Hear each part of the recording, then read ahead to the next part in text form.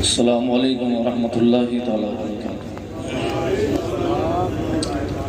لک الحمد یا اللہ والصلاة والسلام علی سید رسول اللہ صلی اللہ تعالی علیہ وعلی آلہ وصحبہ دائما ابدا۔ اما بعد فاعوذ باللہ من الشیطان الرجیم، بسم اللہ الرحمن الرحیم۔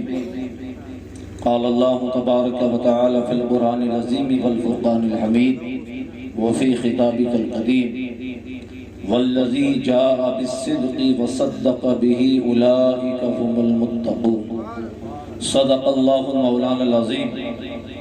وقال اللہ تبارک و تعالی فی شان عظمت حبیبہ الکریم، ان اللہ وملائکتہ یصلون علی النبی یا ایھا الذین آمنوا صلوا علیہ وسلموا تسلیما۔ مولانا نواز سے ضرور شریف پڑھنے۔ اللہم صل علی سیدنا وشفیعنا ونبینا ومولانا محمد معدن الجود والکرم منبع العلم والحلم والحکم وآلہ وبارک وسلم۔ صلوا علیہ صلاۃ وسلام علیک یا سیدی یا سیدی یا سیدی یا مکی یا مدنی یا مطلبی یا قرشی یا ہاشمی یا رسول اللہ صلی اللہ تعالی علیہ وسلم۔ مولا یصلی وسلم دائما ابدا علی حبیبک خیر الخلق کلہم محمد سید الکونین والثقلین والفریقین من عرب ومن عجم، یا اکرم الخلق ما لمن علز به سواک عند حلول الحادث العمم، یا رب بالمصطفیٰ بلغ مقاصدنا واغفر لنا ما مضى یا واسع الکرم۔ هو الحبیب الذی ترجى شفاعته لكل حول من الأحبال مقتحم، ثم الرضا عن أبي بكر وعن عمر وعن علي وعن عثمان ذي الكرم، كلهم من رسول الله ملتمس أو غرفا من البحر أو رشفا من الديم، محمد ذكره فرض روح لأنفسنا، محمد شكره فرض على الأمم، محمد قائم لله ذو همم، محمد خاتم للرسل كلهم، لا يمكن الثناء كما كان حقه، بعد از خدا بزرگ توی قصہ مختصر، ہزار بار بشویم دہند مشکو گلاب، ہنوز نام تو گفتن کمال بے ادبیز، اللہ کی سرتاب قدم شان ہے یہ، انسان ہی انسان وہ انسان ہے یہ، قرآن تو ایمان بتاتا ہے انہیں، ایمان یہ کہتا ہے میری جان ہے یہ۔ الحمدللہ رب العالمین۔ عشاء کی نماز سے لے کے اب تقریباً 2 بج چکے ہیں، اور یہ جلسہ جس کو تقریباً آدھے 1 گھنٹے پہلے ختم ہو جانا چاہیے تھا وہ ابھی تک جاری و ساری ہے، اور صبح کو بھی کوئی شریف کی فاتح ہونا ہے۔ اس کی ایک وجہ یہ ہوئی کہ یہ جلسہ بہت تاخیر سے شروع ہوا، اور چونکہ آج صاحب مزار کو منظور اور مقصود یہی تھا، اس لیے آج کا یہ جلسہ رات کے اس پہر بھی چل رہا ہے، اور انشاءاللہ تبارک و تعالی چند لمحات میں اپنی تمام تر برکات و ثمرات کو سمیٹ کر کے اپنے اختتام کو یہ پہنچ جائے گا۔ تمام لوگوں نے حاضری اپنی لگا دی ہے، اور میں بھی حاضر ہوں دربار عالی میں، تاکہ حضور قطوۃ العلماء والاولیاء والعرفاء تاج الاصفیاء حضرت سیدنا شیخ مدنی میاں رحمت اللہ تعالی علیہ کے فیض و برکات سے اللہ ہم سب کو مالا مال فرما دے۔ بہت آپ نے اچھا سنا، میں بھی کچھ سناؤں گا انشاءاللہ تبارک و تعالی۔ اب پتہ نہیں کہ آپ لوگ ترنم میں سننے کے عادی ہیں یا اس نثر کے انداز میں بھی آپ اسی انداز سے سنیں گے جیسے آپ نے طرز میں اور نظم کے اندر سنا ہے۔ امید ہے میں چونکہ 2 بار آ چکا ہوں، اس سے پہلے بھی 1 بار آیا نہیں 2 بار آیا نہیں 2 بار میں آ چکا ہوں، ہاں 2 بار میں آ چکا ہوں پہلے، اور پہلی مرتبہ آیا تھا، پھر اس کے بعد دوسری مرتبہ پھر میں آیا۔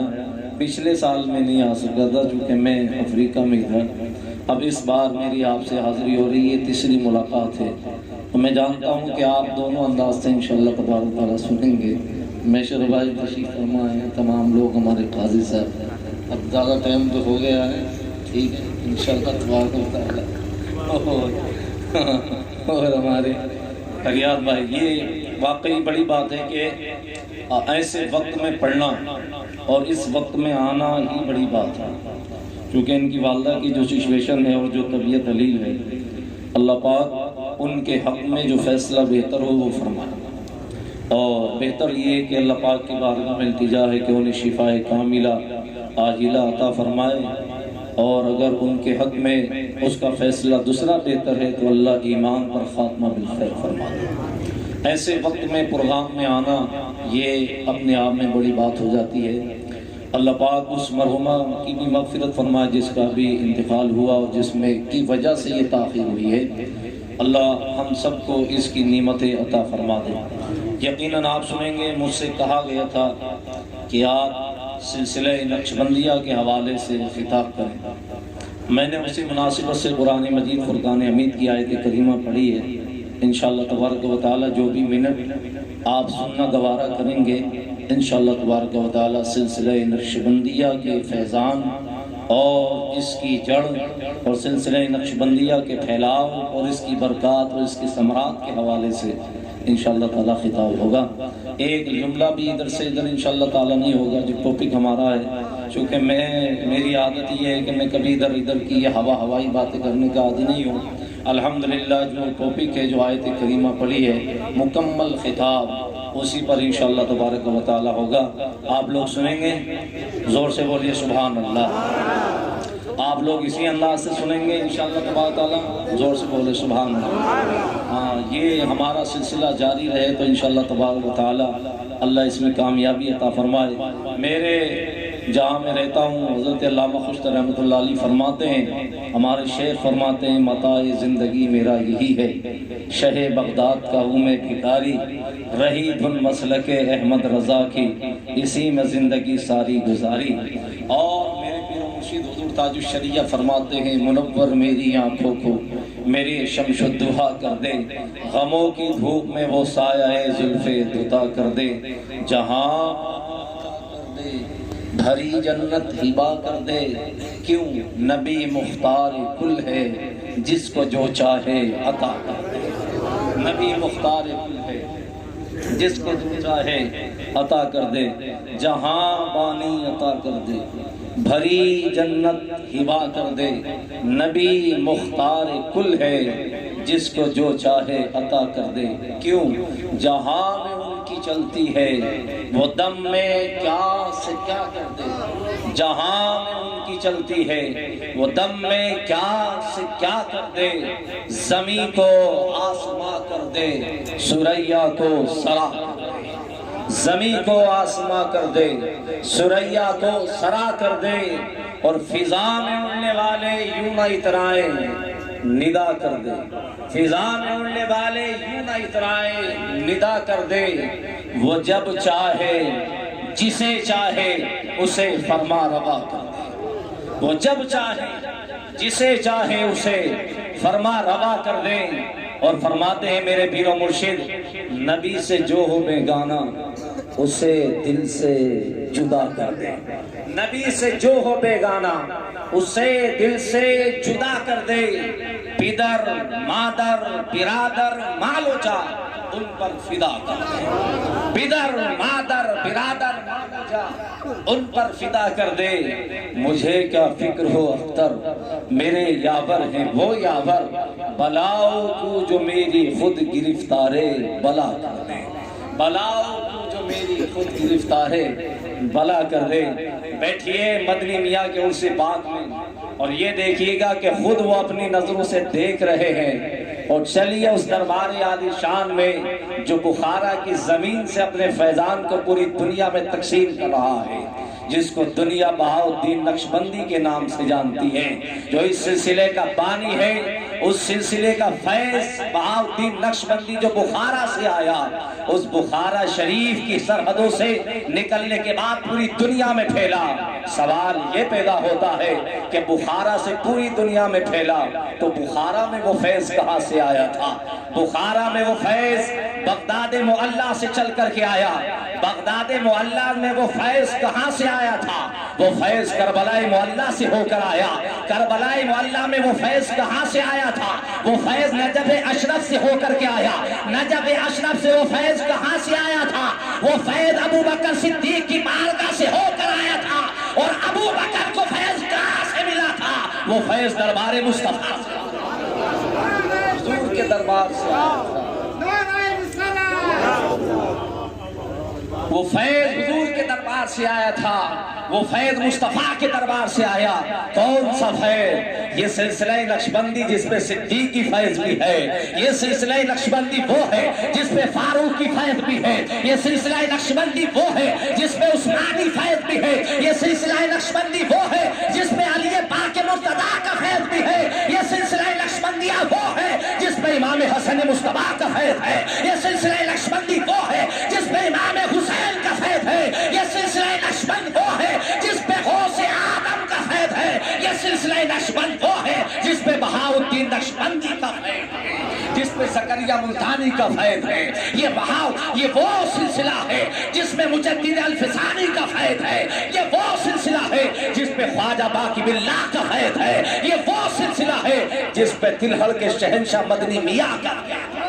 یہ ایسا سلسلہ ہے، سبحان اللہ۔ کون سا سلسلہ ہے؟ والذی جاء بالصدق وصدق به اولئک هم المتقون، سبحان اللہ۔ یہ صدیق اکبر سے سلسلہ چلا ہے، اس کے بانی اصل میں صدیق اکبر رضی اللہ تعالیٰ عنہ، جن سے یہ سلسلہ چلا۔ کون ہے صدیق اکبر رضی اللہ تعالیٰ عنہ؟ سبحان اللہ۔ اسلام کا پہلا مسلمان ہے صدیق اکبر رضی اللہ تعالیٰ عنہ، اس کائنات کا پہلا صفی اعظم صدیق اکبر رضی اللہ تعالیٰ عنہ، اس کائنات کا سب سے پہلا ملت کو سوارنے والا ہے ابو بکر صدیق رضی اللہ تعالیٰ، اس کائنات کا سب سے پہلا عاشق ہے ابو بکر صدیق رضی اللہ تعالیٰ، اس کائنات میں مصطفیٰ پر اپنا تن من دھن قربان کرنے والا ہے ابو بکر صدیق سب سے پہلے ہے۔ یہ ابو بکر صدیق ہے جو ہر اعتبار سے سب سے افضل ہے، ہر اعتبار سے سب سے اعلیٰ ہے، صحابیت میں بھی سب سے اعلیٰ ہے، امامت میں سب سے اعلیٰ ہے، سخاوت میں سب سے اعلیٰ ہے،